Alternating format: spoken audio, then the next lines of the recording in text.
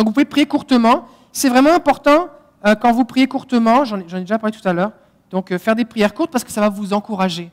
Parce que si par exemple, vous commencez à prier et que le Seigneur commence à agir, et par exemple, il fait fondre quelque chose, ça prend un petit peu de temps. Là, vous faites une longue prière, vous priez toute la prière que vous êtes capable d'imaginer de prier. Puis là, ce n'est pas encore fini ce que Dieu a fait. Mais là, vous allez être découragé parce que vous ne savez plus quoi prier. Là, vous allez abandonner. Si vous faites des prières courtes, viens Saint-Esprit, sois guéri au nom de Jésus. Commencez, rien ne se passe. Vous avez prié 3 phrases. On peut prier encore. Vous allez tenir la distance. Vous pouvez répéter plusieurs fois la même prière. Et des fois, alors que vous répétez la même prière, le Seigneur va vous inspirer autre chose. Vous allez répéter une phrase. Et puis là, quelque chose se passe. La personne dit « Oh, je ressens, ça bouge, je sens un craquement. » Oh, c'est bon, répétez la même phrase. C'est comme, tu es en train de taper, tu as touché le clou, tu tapes dessus encore.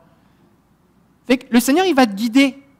Plusieurs fois, tout à l'heure, ce matin, quand j'ai prié, à plusieurs personnes, j'ai répété plusieurs fois le même mot. Je sentais que c'était ça qu'il fallait prier, fait que je l'ai prié simplement. Puis d'autres personnes, j'avais rien de particulier, fait que j'ai rien de particulier. Ou fait une prière générale, béni, plus, des trucs comme ça. Maudire, j'en ai parlé, relâcher la présence de Dieu. Il y a des gens qui vont être guéris instantanément. Tu pries, boum, c'est parti. Il y a des gens qui vont être guéris sur une parole. Tu vas parler, les gens sont guéris. Ou on déclare une parole de connaissance, puis ça part. Il y a des gens qui vont être guéris après une prière, après plusieurs prières. Il y a des gens qui vont être guéris juste dans la présence. Il y a des gens qui vont être guéris en entendant un témoignage. C'est pour ça que c'est important de partager des témoignages. Des fois, des gens sont guéris juste en entendant un témoignage. Donc, raconte des témoignages. Oui, mais j'ai déjà raconté. C'est pas grave. La femme a la perte de sang, ça fait 2000 ans qu'on raconte son histoire. Il y a des gens qui vont être guéris sur le chemin aussi.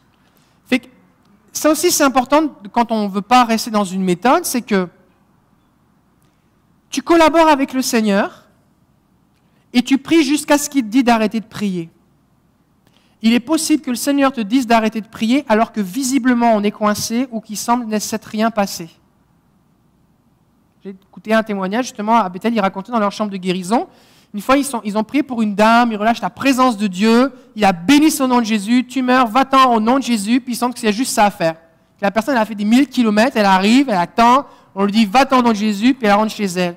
Elle retourne à l'hôtel, et au moment où elle franchit la porte de l'hôtel, c'était une tumeur à l'utérus, elle a juste accouché la tumeur. La tumeur est partie. Oui? Ça t'est arrivé à Cuba? OK. Attends, juste partager ici. C'est qu'on nous dit qu'il y a une femme qui avait besoin de prière, on va chez elle, elle nous dit qu'elle a mal au ventre. Fait qu'on se met à prier pour elle. Mais François, lui, il reçoit, tu sais, les choses inhabituelles, mais que, en tout cas, tu sais, vous disiez que la personne avait été préparée parce qu'elle avait lu le livre d'eux, mais moi, je venais juste de lire un livre sur la délivrance. OK. De Frank Hammond. Oui, c'est très bon, oui. En tout cas, fait que lui, il reçoit, pendant qu'on prie pour elle, elle a plus mal au ventre, qu'elle dit. Puis c'est un symptôme que j'ai compris, parce qu'on n'avait pas d'interprète, elle avait mal au ventre, elle avait des pertes de sang, puis ça piquait dans son vagin. Oui.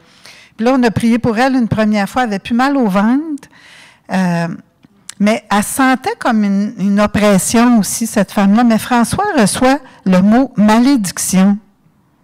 Mais là, on fait quoi avec ça, Seigneur? Tu sais, nous autres, on a prié pour des bobos physiques, là. Fait que là, je vérifie auprès d'elle, avec mon espagnol, est-ce que ça fait du sens pour vous? Mais là, elle se met à me raconter qu'il y a une femme dans le village qui, un jour, a vraiment proféré des paroles de malédiction et a pointé son utérus et elle a mis une malédiction sur son utérus. Puis, mais cette femme-là, elle ne sait pas qu'elle a le cancer. Ça, on a appris ça plus tard. Son mari avait su quelques semaines plus tôt que cette femme-là, il lui en restait 3 mois à vivre. Fait que quand nous, on prie sur elle, lui, il est parti, là, puis il était tout... En tout cas, je sais pas qu'est-ce qu'il vivait, mais il n'avait pas l'air de bonne humeur. Je sais pas si lui, qu'est-ce qu'il a vécu, mais en tout cas, tout ça pour dire que cette femme-là est revenue à la rencontre des femmes à l'église du petit village. Quelques jours après, elle pétait le feu. Elle était belle, elle s'était toute arrangée, puis elle disait Je me sens tellement bien. Puis là, elle a témoigné à l'Église que quand on avait prié, parce qu'on a lié, neutralisé la malédiction qui avait été proférée par l'autorité de Jésus, puis on avait emmené la santé, la paix, en tout cas, je me rappelle plus tout. Mais cette dame-là, par la suite, mais c'est ça, elle a témoigné que quand on a prié, elle a senti vraiment comme quelque chose qui sortait d'elle, comme une délivrance. Oui.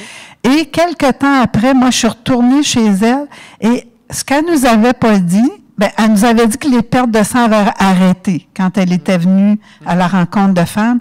Mais 2 semaines après, là, elle nous a raconté que après qu'on soit venu chez elle, le lendemain, là, il y a comme des grumeaux de sang. C'était noir, c'était foncé. Il y a plein de choses qui ont sorti. Puis elle dit, après ça, là, je me sentais bien. Oui. Oui. Et oui, puis autre chose, elle a vu son médecin 3 semaines après, parce qu'on était là 10 semaines. Oui. Elle a rencontré son médecin qui est une femme, et alors probablement que comme on avait dit à son mari qu'elle avait 3 mois à vivre, il s'attendait de voir que sa situation se détériorait. Sa femme médecin lui a dit, vous allez mieux.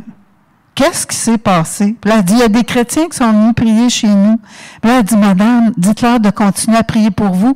Je suis chrétienne et je crois à la guérison divine et je vais continuer à prier pour vous aussi. Très bon.